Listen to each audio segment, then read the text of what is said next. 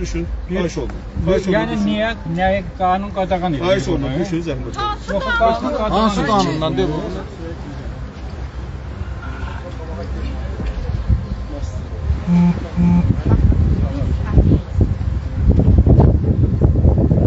Ancaq biz şəhidlərin ruhunu qeyd eləmək istəyirik. Allah rəhmət eylesin. Bakını azad eləməkdə bizə kömək edir. Biz Allah onların rəhmət eylesin. qədir bilənliyini yad edirik. Hər şey şəhidlərimizə qurban.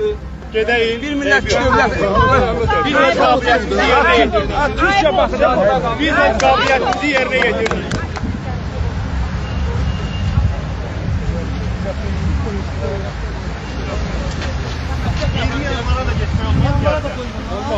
Niye olmaz? Şəhidlər xiyabanını ziyarət nə vaxtdan olmaz?